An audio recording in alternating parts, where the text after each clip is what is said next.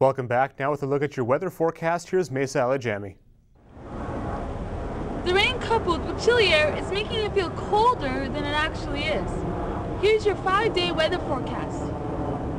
Today we'll have a 60% chance of showers, with a high of 6 and a low of -1. Tomorrow will be cloudy and windy, so dress warm. We'll have a high of 7 and a low of -5. On Saturday, we'll have a mix of sun and clouds with a high of 8 and a low of 6. To begin your week on Sunday, the rain will be returning with a high of 13 and a low of 10. It looks like the rain will be sticking around on Monday, where we'll have a high of 6 and a low of 3. The rain will continue well into the week and will end on Wednesday, when the sun will peek through the clouds. Now back to you in the studio. Now for national and international news. A retired military captain whose private medical records were apparently used by federal bureaucrats to discredit him has settled his lawsuit. Sean Bruya, a critic of the treatment of wounded veterans, had filed a lawsuit against the Government of Canada. Canada's Privacy Commissioner found Veterans Affairs had improperly accessed his medical and financial records. Terms of the settlement were not disclosed. Canada's controversial F-35 jet fighter purchase is looking a little better today. One of Canada's older CF-18 planes crashed last night while trying to land at CFB Cold Lake in Alberta. It's the second crash this year involving a CF-18 jet. Military officials say the crash happened just after midnight and as the jet returned from a mission. The pilot ejected from the doomed aircraft and was found safe shortly after. The plane exploded on impact. Canada boasts one of the lowest risks of terrorism among major Western economies. That's according to the 2010 Terrorism Index by British Global Risks Advisory Company. The report places Canada second lowest on the scale of risk for terrorism among Western countries. Only Germany was ranked lower. The United States is the highest major economy on the list, placing 33rd. The company assessed 191 countries. At the top of the list are Somalia, Pakistan, Iraq, Afghanistan, and the Palestinian Occupied Territory, all bearing a rating of extreme risk. Fiction has taken a step towards fact as scientists in Switzerland have managed to contain antimatter long enough to be studied. Using a complex magnetic bottle, researchers were able to hold the antimatter for 1/10 of a second. Scientists have been creating antimatter now for about 15 years, but it moves too fast, the speed of light, and is quickly annihilated. With the new study, researchers are hoping to compare the differences between matter and antimatter. The next stage in the experiment is to see how many particles can be produced.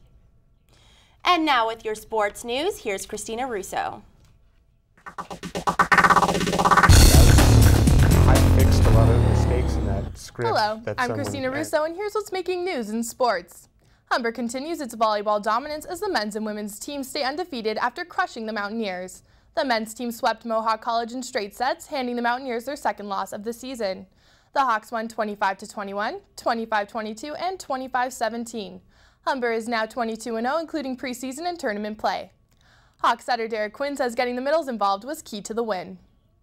Definitely we knew that our middles were a lot stronger than the Mohawk middles, so I think we got about all together, 18 sets towards the middle, which is quite high for a volleyball match. So definitely we want to focus on the middle, and they had a tall setter, so we were trying to stay away from him on the block, definitely. The Humber women's volleyball team has given Mohawk their first loss of the season, pulling out a hard-fought 5-set match last night in Hamilton. After cruising through the first 2 sets, the Hawks became complacent, giving up the next 2, but they found their groove in the 5th, winning 15-8 to seal the match. The Hawks are now 6-0 in regular season play.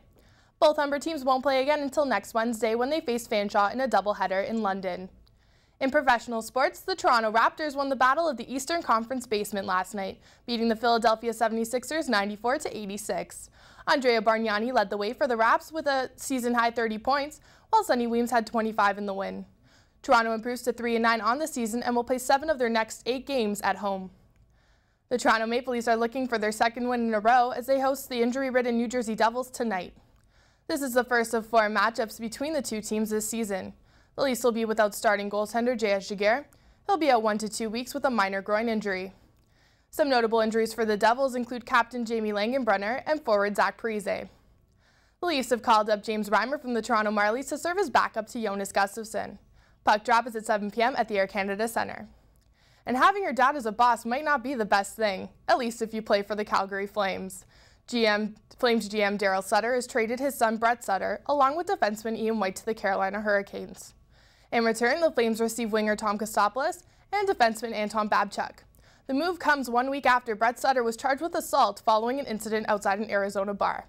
And that's all for sports. Now back to Tom and Amy in the studio. Thanks, Christina. After the break, Maddie Jo Tillapa will have all the latest in entertainment. The new Harry Potter flick is out tonight. Canadian Ryan Reynolds is the sexiest man alive, and Boyle tops the charts. All that and more after the break.